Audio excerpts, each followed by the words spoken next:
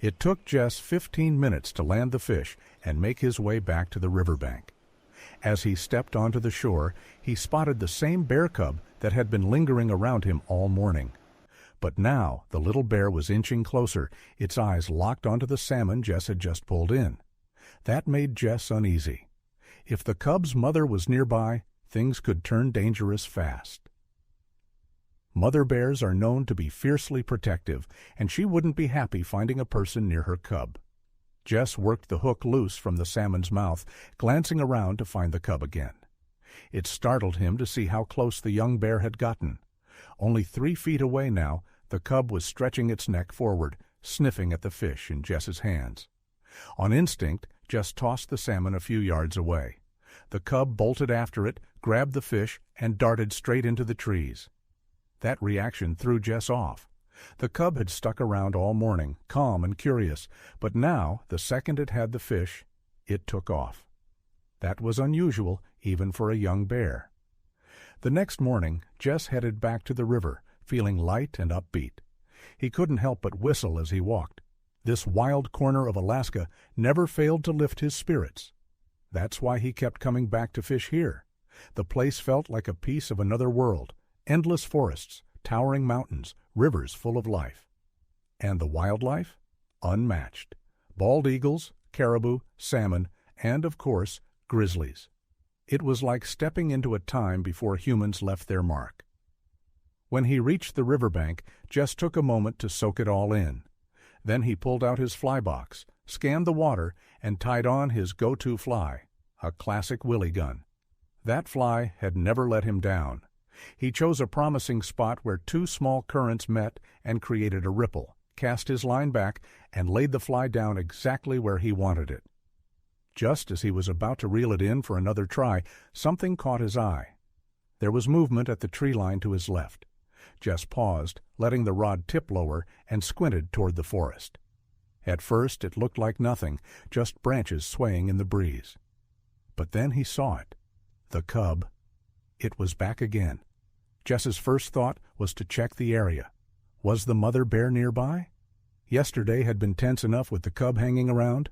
If it had enjoyed that salmon and decided to invite its mother along today, that would definitely ruin more than just Jess's quiet morning. With the cub nearby, Jess couldn't fully relax. He'd have to stay on alert the whole time, just in case. Still, he cast his line again and dropped the willy gun right where he wanted it. Within 3 seconds, something slammed into it, hard. His rod bent deep, and the reel screamed to life. This was the good stuff, he thought. Just him, this wild place, and a fish on the line pulling with everything it had. Jess couldn't help grinning as he brought the salmon in. He was happy, truly happy.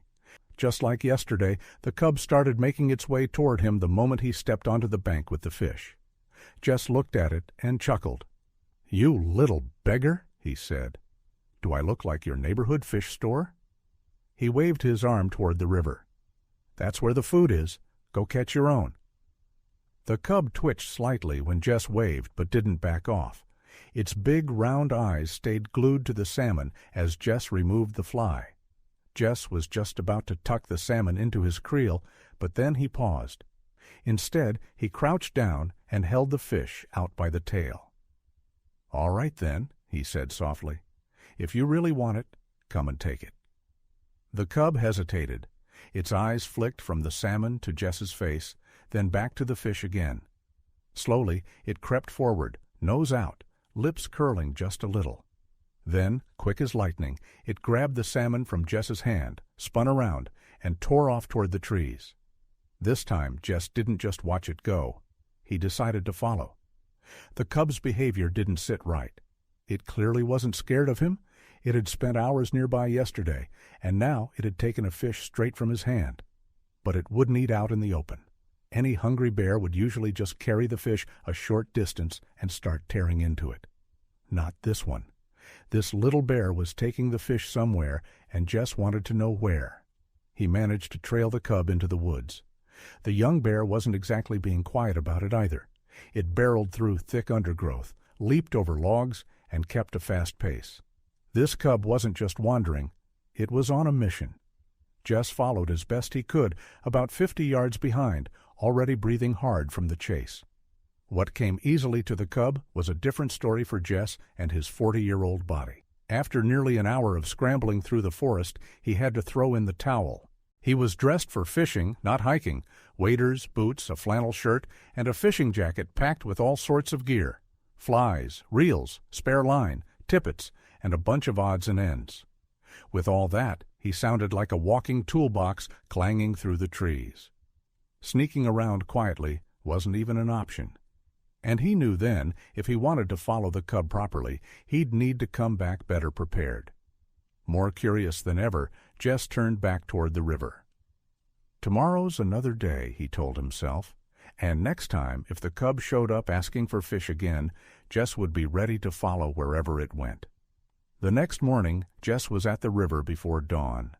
When the sky finally started to lighten, he cast his first line. 30 minutes later, he'd landed his first salmon of the day. This one was for the cub, but so far there was no sign of the little bear. Still, Jess was ready. Under his waders, he wore a pair of running tights for easier movement and a loose shirt under his fishing vest. A set of hiking boots sat by his rucksack about 30 yards back from the water. If the cub showed up, he'd slip out of his fishing gear, hand over the salmon, and take off after it as soon as it ran. By mid-morning, Jess hadn't seen a trace of the cub. Maybe it had just been a game the past 2 days, and now the young bear had found something else to do. But just as he unwrapped the sandwiches he'd packed for lunch, he saw it. The cub came trotting in from the far side of the woods. It looked like it had been in a bit of a mess. Its fur was tangled with twigs and little vines, like someone who hadn't touched a comb in a week. Jess snapped into gear. This was the moment. He quickly peeled off his waders, then shrugged off his fishing vest. He pulled on his hiking boots and tightened the laces. Then he opened the creel and lifted the salmon for the cub to see. As before, the cub started inching toward him with its usual posture: head low, nose out, eyes glued to the fish. Just like yesterday, it took the salmon gently from Jess's hands and tore off toward the woods. But this time, Jess was ready. He let the cub get a small head start, then took off after it. "Not bad for a bundle of fluff and fat," he muttered, panting as he ran. About 30 yards ahead, the cub moved like a pro, leaping over a fallen log, ducking under another, then weaving around a mossy rock like it had done it 100 times. The cub made the whole thing look effortless, like it was part of some smooth, choreographed dance. Jess, on the other hand, was a mess. He fumbled over the log, crouched awkwardly under the next one, and nearly smacked into the moss-covered rock. While the cub floated through the terrain like it was nothing, Jess huffed and puffed, clearly feeling every bit of the chase. And all the while, they were climbing higher and higher into the mountains. When Jess looked back, the river was just a faint glimmer far below, no more than a thread of silver. Then suddenly, the cub disappeared. Just like that, it was gone. Jess stopped and stood still, listening. The forest, which had echoed with the cub's noisy dash, had fallen completely silent. That silence wasn't peaceful. It was the kind that made the hair on the back of Jess's neck stand up. In wild places, that kind of hush usually meant one thing: a predator was nearby. The insects had gone quiet. The birds had stopped singing. It was as if everything had hit pause. Jess's instincts kicked in hard. Deep down, some primal part of him screamed for him to turn back, to head downhill and fast. But he didn't. He held his ground, heart pounding, eyes scanning the trees. Less than a minute later, he wished he hadn't stayed. A massive male grizzly burst out from the trees, right at the spot where the cub had vanished. It came charging at Jess with terrifying speed and power. This wasn't a bluff. It looked like 600 pounds of raw muscle and rage barreling straight for him. Every part of Jess screamed, "Run!" But he knew better. Running would only trigger the bear's instincts to chase, and there'd be no way he'd outrun it. "Stand your ground," Jess told himself. "Wait for the right moment to move." So he did. He stayed rooted in place, his breath caught in his chest, his hands frozen at his sides. The bear came in fast, 40 yards, 30, 20. All in a blink. Then, just a few feet from Jess, the grizzly slammed to a stop, skidding to a halt with a growl that shook the air.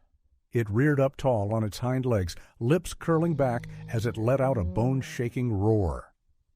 Jess didn't move a muscle. The bear wasn't done. It dropped back down with a crash, smashing its front paws into the earth. Then it charged a few feet, stopped, and rose again. Another roar. The whole display repeated 3 more times.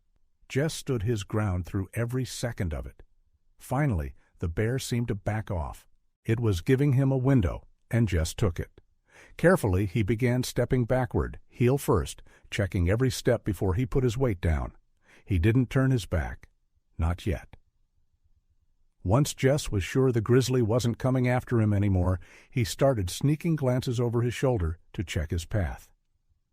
A few minutes later, when the tension had faded a little, he turned and walked away. 2 hours later, he was back at the riverbank, right where he'd left his pack, waders, and vest. He plopped down, took a long sip of coffee from his flask, and then, out of nowhere, just burst out laughing. The whole thing had been wild. He thought about the cub again, and his curiosity only grew. This had turned into way more of an adventure than he'd expected. Why did the cub keep coming down to beg for fish from him? Where was its mother? And why did it always run off instead of eating the fish right there on the bank? So many questions, Jess thought, shaking his head. We'll try again tomorrow. The next day started much the same. Jess was back by the river before the sun had even crept over the trees. He settled in, watching and waiting. Around 11 a.m., he spotted movement. The cub was back, but this time something was different. It moved slower than before, like it was hurting. It also seemed more nervous, keeping a bigger distance between them. Jess watched carefully as the cub approached, and then sat down a few yards away. "Today's the day," he whispered. "Today, little bear, I find out what this is all about." Just like the day before, Jess changed into his hiking clothes. Then he opened the creel and held up the salmon.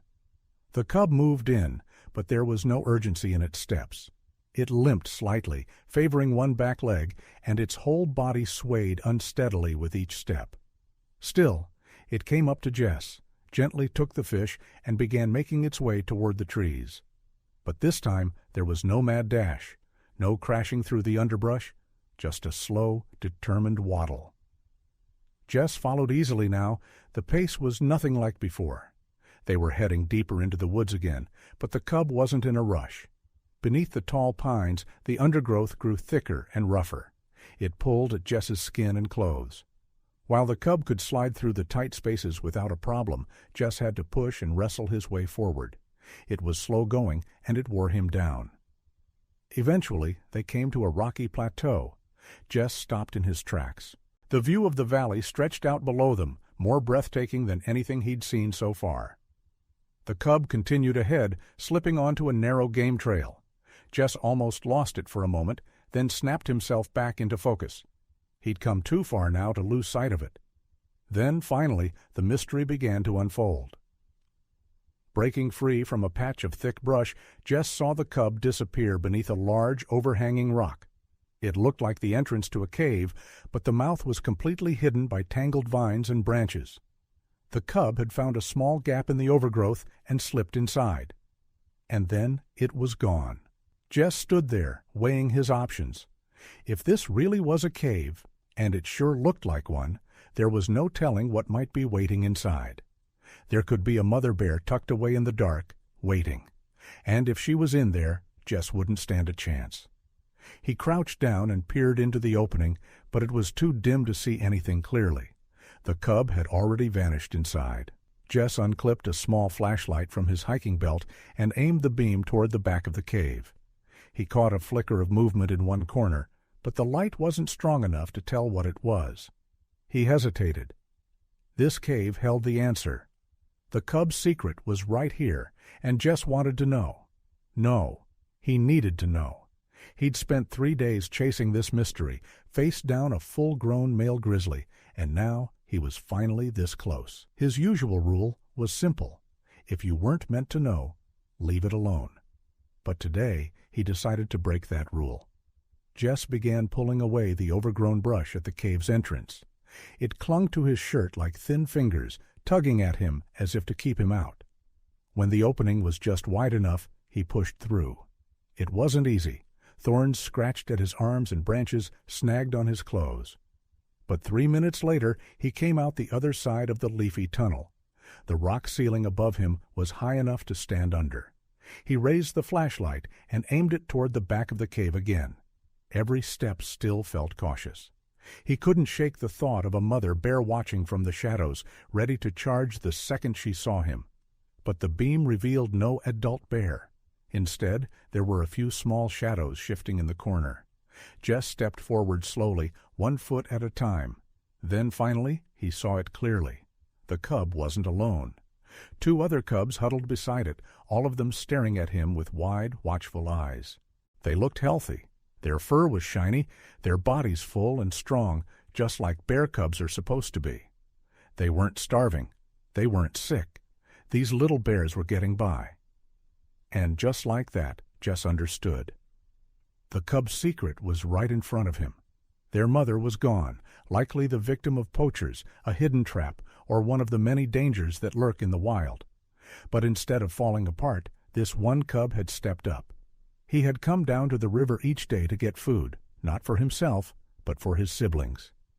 These young bears were raising themselves, and by the look of things, they were doing a pretty fine job. Jess stood there for another moment, taking it all in. Then he quietly turned and backed out of the cave. They didn't need help. They didn't need human hands or human interference. What they needed was to stay wild. So Jess promised himself he'd keep bringing a salmon or 2 down to the river, just in case his little visitor came calling again. Stories like this one remind us of the hidden struggles happening out there in the wilderness, quiet battles for survival we may never see. But when we do, they change us. If you've ever had a moment where an animal seemed to be guarding a secret of its own, tell us about it in the comments. We'd love to hear your story. And if this one touched you, even just a little, don't forget to like, share, and subscribe. We'll see you in the next video.